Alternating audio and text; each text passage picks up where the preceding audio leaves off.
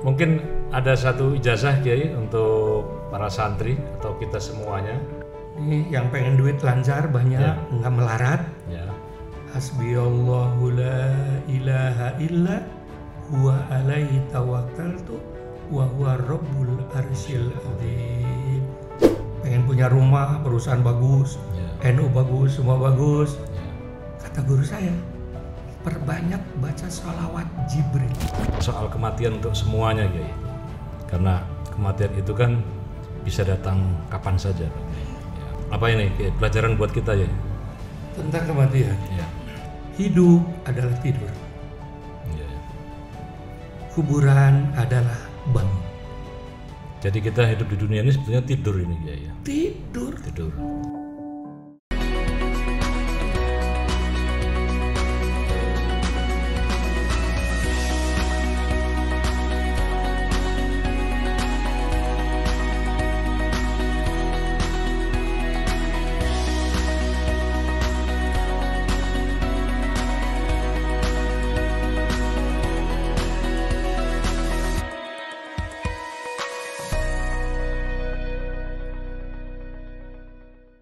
Halo guys, sebelum melanjutkan nonton video ini, jangan lupa tekan tombol subscribe-nya, nyalakan loncengnya, like, dan share kepada teman dan keluarga Anda.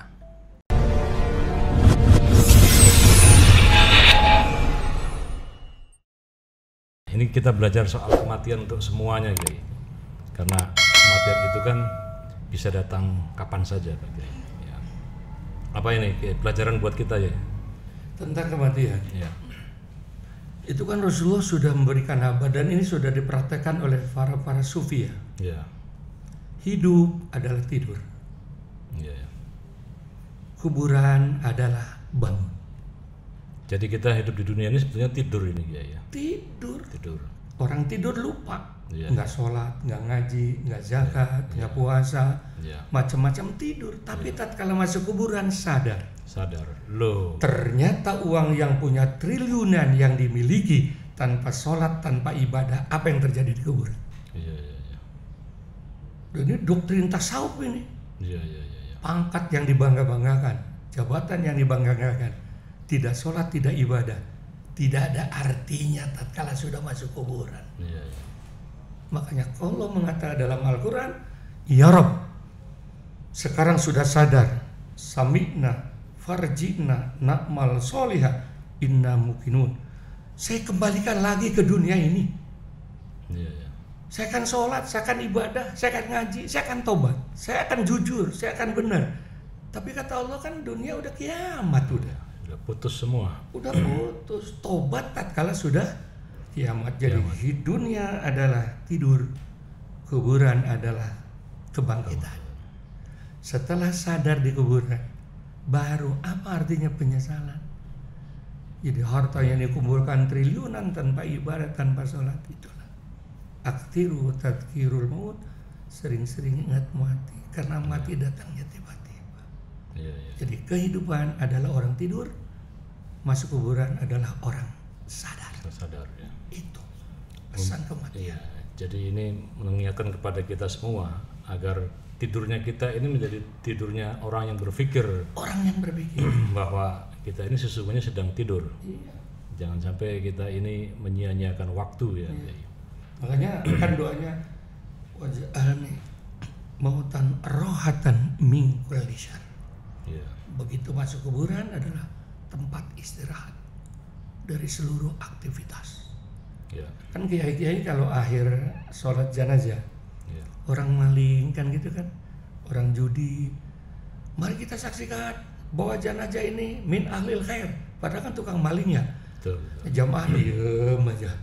Karena ini orang ini salah, tapi kiai ngomong min ahlil khair. Kata kiainya ngomong apa? Dia berhenti daripada kejahatan jadi khair. Jadi gara-gara mati ayam gak ada yang kehilangan lagi. Oh iya, Begitu iya, sampai ke situ. luar biasa itu ya. Iya. Makna tasawufnya luar biasa. Ya. Tasawufnya luar biasa. Jadi seorang penjahat preman pun Iya. ketika misalnya dia berumur 35 tahun lah ya, kiainya ngata-ngatain ya bahwa ketika mereka yang jahat itu adalah mereka mati, maka matinya itu adalah mati yang baik karena Ya, baik. karena kemaksiatannya berhenti tuh. Berhenti. Iya. Makanya kalau orang jahat, kuburan jangan ditaruh di pinggir jalan. Iya. Apalagi dikasih nama, nggak boleh. Kenapa Kiai? Orang lewat ada namanya, umpamanya namanya si Udin umpama. Iya. Di waktu hidup nih ayam saya hilang bulu gara-gara dia, itu nggak boleh itu kasih nama. Iya. Disumpah-sumpahin terus. Tapi ya, kalau yang baik gitu Iya. tulis kasih nama ini dulu sebelum dia mati, adzan terus kalau subuh itu boleh itu. Iya. Masya. Sampai ke situ ulama-ulama kita. Makanya Pak Kiai Said itu pernah dalam ceramahnya dia mengatakan bahwa sebesar-besarnya manusia itu berbuat maksiat itu berbilang. Ya. Karena maha pengampunnya Allah itu tak berbilang. Betul. Jadi kalau sebesar-besarnya dosa manusia itu sebuah kapal di lautan, maka makfirahnya Allah itu ya sebesar samudra itu. Dalam satu riwayat, orang baru mau tobat saja, belum melaksanakan tobat. Ingat kan? Itu dalam satu riwayat. Ya. Sudah membunuh orang 100 orang, Ya. saya akan tobat. Kan begitu. Ya. Ditunjukkan oleh ulama, nah di sana ada ulama. Ya. Baru mau tobat, baru niat. Ya.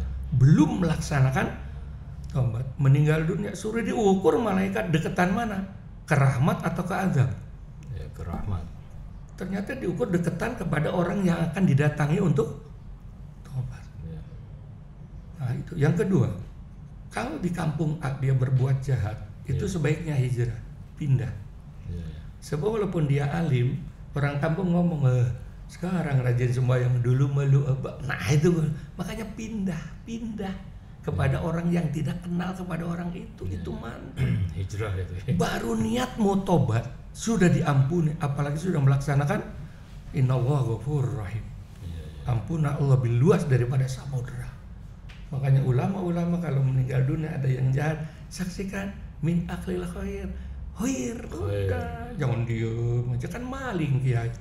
Ya gara-gara dia berhenti mati kan ayam nggak hilang. Iya. Itu kesalahan. Harusnya 5 yang hilang cuma satu. Cuma satu begitu kesalahan. Karena pencurinya udah mati gitu. Itulah ulama-ulama dulu.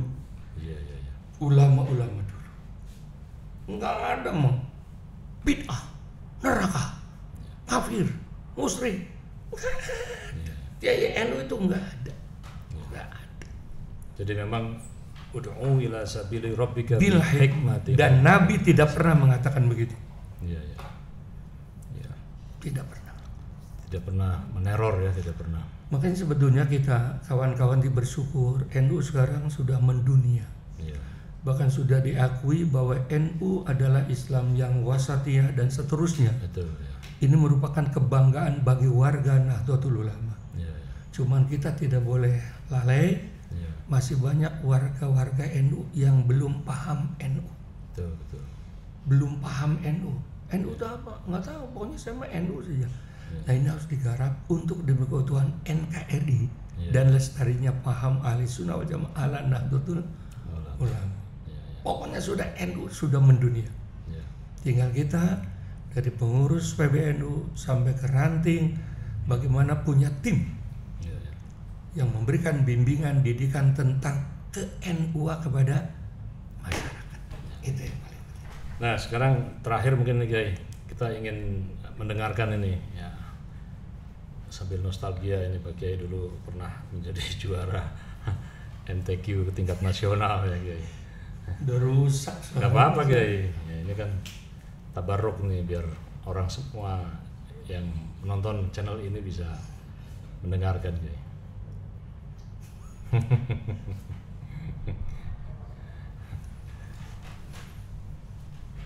A'udzu billahi minasy syaithanir rajim.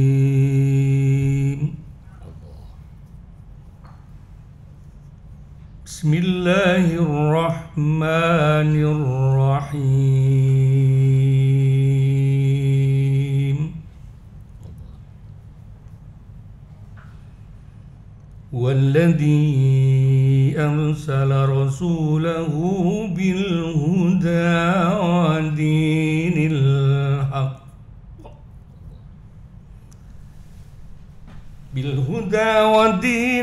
haqq liyudhhirahu 'alad dini kullihi wa kafa billahi syahida.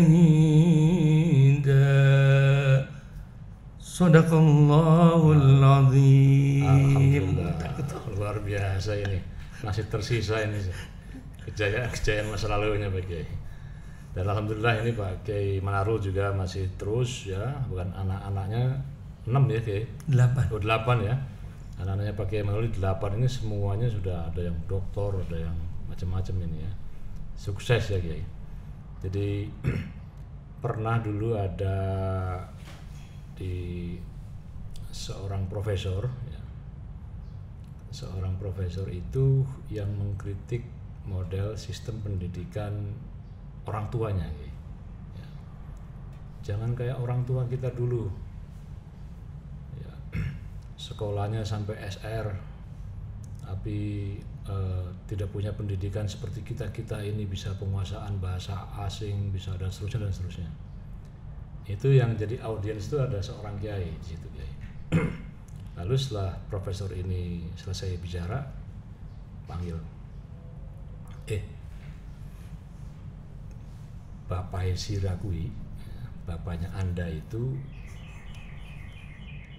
lulus SD saja tidak selesai, sekolahnya nggak selesai, tapi anaknya jadi profesor. Sekarang saya mau tanya, ente profesor bisa nggak mendidik anakmu lahir jadi profesor kayak Anda minimal? Kan pasti nggak bisa dia. Jadi ternyata masalahnya bukan sekolah nggak sekolah, ternyata orang tuanya itu memberikan makan, sekolah, pendidikan dan seterusnya itu penuh dengan doa dan keberkahan. Jadi ini menutup perjumpaan kita Kiai, konsep berkah ini Kiai. Yang pertama yang saya lakukan dengan istri, apa dikatakan Kang Helmi betul itu, doa, terutama doa dari sumbangsi 75% doa untuk anak adalah dari ibu ya. Dari ibu. Kita hanya nyumbang 25%. Ya. Mungkin bisa lebih guys. Ibu 90% jangan-jangan. Mungkin 100%. 100%. Untuk saya 100%. Iya. Karena saya dengan kita tahadus binimah ya. Iya. Karena saya ditakdirkan sebagai mubalik ngurus NU. Iya. Saya kerjasama dengan istri.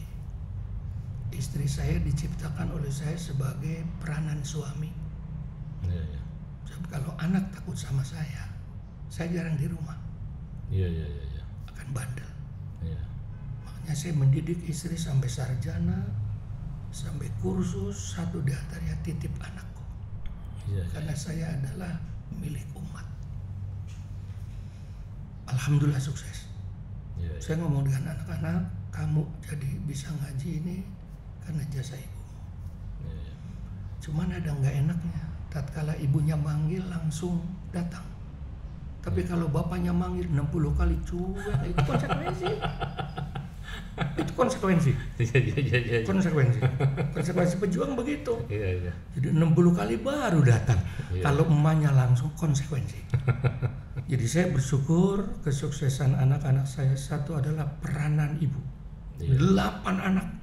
Walaupun dokter nggak ada yang berani depan bapaknya begini, nggak ada. Iya.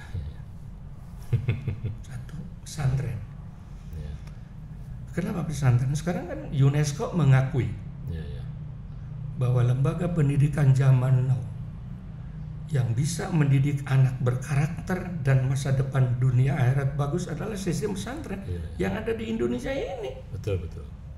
Tanya learning to be, learning to head, learning to do. Yang pertama, belajar agama langsung praktek. Bayangkan, kapan anak kita di rumah sholat tahajud? Pesantren. Learning by doing langsung. Learning by doing. Kapan anak kita ngaji maghrib sampai isya? Pesantren. Ini NU bersyukur sekali ini. Satu, agama oke. Yang kedua, umum. Bagi pesantren yang punya pendidikan formal, bahasa Inggris, matematik, fisika, biologi, komputer, apa yang tidak ada? Apa yang tidak ada? Sedangkan di rumah, Masya Allah, handphone inilah yang paling bahaya. Yang ketiga, mengkader pendidikan anak di masa yang akan datang. Kang Helmi jadi begini, tidak boleh lupa karena kadar pesantren. Betul ya. Makanya kata Nabi, kalau pengen sukses yatimkan. Rasulullah adabani Rabbi wa ahsanat adibi. Yang mendidik aku ini langsung Allah. Di dalam kandungan ayah sudah meninggal. 6 tahun ibu sudah meninggal. Diasuh oleh kakek 2 tahun. Biasanya kakek sama cucu sayang banget dah. Makanya menurut ilmu pendidikan kurang baik cucu diem, anak kita dengan kakek nggak boleh. Kakek nggak pernah nempeleng. So kalau nempeleng bapaknya ngamuk. Kalau anak kita nempeleng nggak ada masalah. Tapi kalau cucu, begitu nangis nih uang jajan. Kurang baik menurut ilmu pendidikan. Kalau anak kita nyamper dengan nenek dan kakek. Betul. Rasulullah merasa nikmat 2 tahun karena diasuh oleh. Setelah itu 8 tahun ngangon kambing kok. Laqad kana lakum fi Rasulillah. Apakah Allah tidak bisa melahirkan Nabi Muhammad dari seorang yang kaya raya? Dari seorang kaisar yang kakinya tidak pernah nginjak tanah. Kenapa kau yatim? Kenapa kau menderita? Kenapa menderita? 12 tahun mulai dagang, 16 tahun jadi karyawan Siti Khadijah. Nah, begitu jadi Rasulullah sudah biasa karena menghadapi tantangan zaman. Di mana adanya pesantren. Tidur bel, makan bel, buang air bel, kitab bel. Di rumah. Mana yang bisa mengalahkan pesantren? Cuci sendiri dulu, apalagi zaman saya dulu. Sekarang mah enak, udah ada listrik, ada apa. Dulu zaman kita, Masya Allah, zaman kita dulu kan masak sendiri. Apalagi waktu di Banten saya. Sebelum ngaji masak dulu subuh kan, supaya nanti habis ngaji udah matang. Tahu-tahu temen nyolong duluan kan, tinggal intipnya doang. Nah, intip kasih air dari sumur, dikasih garam, terasa makan soto ayam. Kenapa? Karena sudah diludahin oleh bidadari. Makanya kenikmatan makan tidak akan dijumpai nikmatnya di pesantren. Makanya pesantren itu tempe tahu wajib. Jadi kalau pesantren nggak ada tahu tempe wajib, itu pesantren NU bid'ah dolalah. Itu harus ada. Yang keempat yang paling hebat, akhlakul karimah. Bagaimana taklim muta'alim? Kang Helmi Sekjen PBNU ketemu gurunya di Cirebon, tetap aja santri. Betul ya. Di luar boleh kita hebat, kiai ini, tapi depan kiai, itulah pesantren. Cung tukung naroko cung. Cung rokok cung pengen mangan. Padahal sudah sekjen PBNU, wah, masalah. Cung tolong cung jaluk duit karena sudah sekjen PBNU. Itulah karakter pesantren yang tidak dimiliki oleh orang lain. Betul. Maka kita bersyukur dengan perjuangan PBNU yang mati-matian lahirlah undang-undang pondok pesantren. Makanya kawan-kawan terima kasih Pak Sekjen PBNU. Kami merasa lega, apalagi sekarang sudah ada anggaran untuk pondok pesantren. Oke, itu. Baik Kiai, ini mungkin ada satu ijazah Kiai untuk para santri atau kita semuanya dalam menghadapi kita masih menghadapi COVID-19. Mungkin nanti ke depan tentu masalah ekonomi akan jadi tetap masih menjadi masalah utama Kiai. Apa wirid ini Kiai buat para santri yang ringkas saja Kiai? Gampang aja. Untuk ijazah. Ini yang pengen duit lancar banyak, nggak melarat. Ya. Hasbiyallahu la ilaha illa huwa alaihi tawakkaltu wa huwa rabbul arsyil azim. Maghrib 7, subuh 7. Lancar. Betul. Ya. 1, ajazukum. 2, pengen punya rumah, perusahaan bagus, NU bagus, semua bagus. Kata guru saya, perbanyak baca sholawat Jibril. Pernah dengar kan? Sallallahu ala Muhammad, sallallahu ala Muhammad, sallallahu ala Muhammad. Cukup tiap waktu 100, langsung minta. Termasuk untuk jomblo-jomblo yang semua jomblo pokoknya yang pengen kawin, yang nggak punya duit, belum punya anak. Kalau pengen bener kawin dan punya anak, khusus dari guru kita, habis isya minimal 5.000 Sallallahu alaihi Muhammad, setengah jam selesai. Sallallahu alaihi Muhammad. Sallallahu alaihi Muhammad itu namanya sholawat Jibril. Minta apa saja langsung, nggak pakai bulanan yang sudah. Karena itu juga maharnya Nabi Adam ya Kiai. Maharnya Nabi Adam kepada Ibu Hawa. Hawa. Sallallahu alaihi wasallam kemudian Al-Fatihah, ya Allah, pengen kawin lagi. Begitu, Masya Allah. Ini kedengaran orang belakang Ini ini, yang begini, tapi nggak apa-apa. Nggak apa-apa, ini kan ijazah deh. Itu Pak Kiai, bukan saya. Bukan saya tanya aja ke sana. Gitu ya. Udah itu paling corona itu duit lagi kan, nggak usah panjang kiai aja. Iya, iya. Jadi santri-santri pendek-pendek aja. Oh ya, ini Kiai, soal corona ini ya, masih ada aja yang menganggap tidak perlu pakai masker ini Kiai. Kalau menurut ajaran NU, ikhtiar itu wajib. Ikhtiar itu wajib ya. Ikhtiar itu wajib. Setelah ikhtiar baru tawakal. Ya, ya. Seperti Rasulullah kan, ada sahabat Nabi begitu masuk ke masjid, onta lepas saja. Ya, ya. Kata Nabi, ikat, Ya, ikat. Nah setelah diikat kabur itu urusan lain. ya, ya. Ikhtiar manusia wajib. Contohnya, Ya. secara manusiawi nggak usah didengar. Kalau seandainya nggak usah pakai masker, nggak usah apa, orang-orang yang waras sebaiknya nggak usah didengar omongan begitu. Ya, ya. Ikhtiar manusia wajib pakai masker, cuci tangan, jangan berkumpul. Karena umumnya corona ini nular melalui masalah ini, rentu bulan. Ini kan fatwa kesehatan. Ya, ya, protokol kesehatan. Atiullah wa atiur rasul wa ulil amri minkum. Nah sekarang kenyataan kan di mana-mana. Lihat di Amerika, negara maju. Ya. Lihat di Cina, lihat di Korea. Udah selesai, tahu-tahu sekolah masuk. Apa yang terjadi? Iya, gelombang kedua. Gelombang kedua, apa yang terjadi? Sebetulnya Indonesia ini kalau ada kesadaran untuk melaksanakan apa yang sudah dicanangkan oleh pemerintah, 3 bulan juga selesai. Iya, iya. Kita prihatin dulu, kan umur sudah 60 tahun, 70 tahun, 100 tahun. Diminta oleh Allah sabar 3 bulan. Iya, iya, iya. Masa nggak dikasih sih? Iya, iya, iya. Oleh itu saya menghimbau pada seluruh bangsa Indonesia, khususnya warga Nahdlatul Ulama, ikuti aturan. Iya. Taati Allah dan Rasul dan pemerintah. Saya yakin pemerintah tidak akan menjerumuskan. Bayangkan, jangankan rakyat biasa, tentara TNI AD Iya, iya. Iya. yang tahu tentang masalah olahraga, Iya. yang tahu tentang masalah disiplin, Iya. kena juga. Kena juga. Lalu kita mau nyombongkan apa lagi? Iya, iya. Kan bunuh diri nggak boleh. Iya, iya. Baik.